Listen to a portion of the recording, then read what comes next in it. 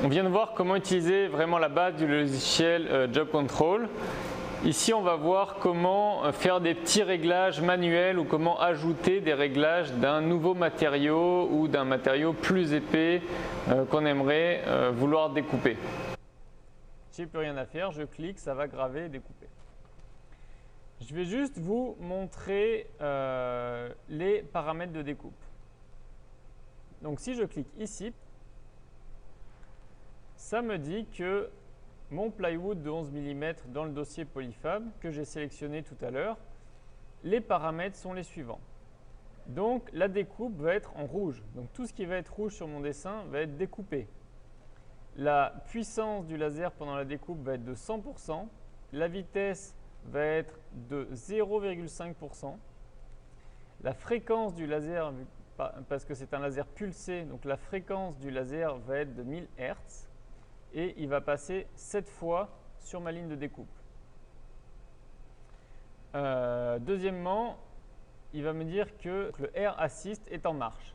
Air Assist, ça veut dire que de l'air va être soufflé dans la buse sur l'endroit qui est en train d'être découpé. Donc c'est très important de toujours mettre en marche l'Air Assist, quel que soit le mode gravure ou découpe, tout le temps. Et le Z offset, c'est si on veut descendre le plateau pendant qu'on découpe, si on veut par exemple avoir un effet plus flou dans la gravure ou dans la découpe. Je vous conseille de toujours le laisser à 0, à moins que vraiment vous sachiez ce que vous faites. Donc là, il me dit ensuite en noir et en bleu, il va graver. En noir, il va graver avec une puissance de 100%, vitesse de 80% et à 500 pixels par pouce. Et il passera une fois pour la gravure. En bleu, c'est quasiment pareil, sauf que la puissance va être de 40%, donc la gravure sera moins profonde, la vitesse de 88 et 500 pixels par pouce. Donc, vous avez beaucoup de matériaux qui sont déjà, dont les paramètres ont déjà été réglés. Par exemple, si on va dans le dossier verre, on a différents types de verre, différents types de cuir, différents types de métal. Bien sûr seulement pour la gravure, le métal, différents types de papier, de plastique. Cependant, ça arrive que le matériau que vous avez besoin de découper n'ait pas de paramètres déjà préréglés.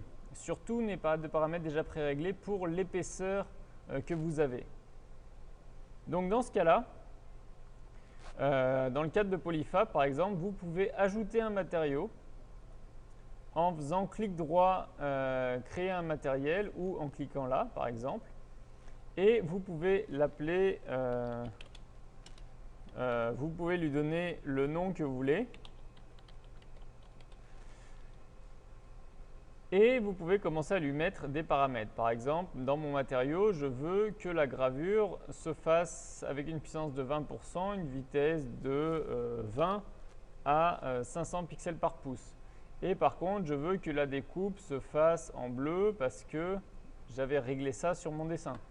Ensuite, je veux qu'il y ait une autre gravure qui soit plus profonde que la suivante, 2 fois plus profonde environ. Donc, on va mettre puissance de 40% de la puissance maximale, une vitesse de 10% de la puissance maximale, et ainsi de suite. Donc, vous pouvez faire différents tests en réglant tous les paramètres que vous voulez. Selon ce que vous avez dessiné. Vous, bien sûr, lui mettez un nouveau nom. Vous n'allez pas régler ces paramètres par-dessus les paramètres d'un matériau existant. Et important, vous mettez toujours le Air Assist en marche. Toujours, toujours, toujours. Voilà. Une fois que vous avez réglé ça, vous pouvez cliquer sur OK. Et le matériau utilisé va être le matériau que vous venez de créer ici. Donc moi, je ne veux pas celui-là, je ne veux pas mon matériau, je veux plywood 11 mm parce que je l'avais déjà réglé pour ça et que je connais les paramètres. Donc, je vais garder celui-là. Ok, maintenant que ça c'est fait, la seule chose que j'ai à faire, c'est cliquer là et attendre. Ma découpe va se faire et ma gravure va se faire.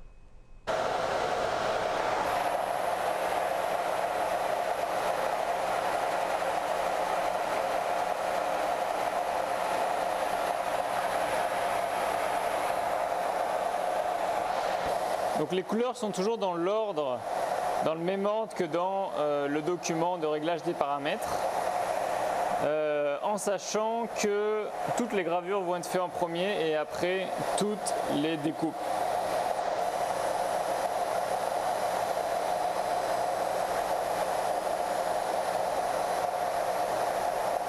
Voilà, on a vu qu'en une passe ça suffisait, mais j'en ai mis 2 au cas où. Et voilà.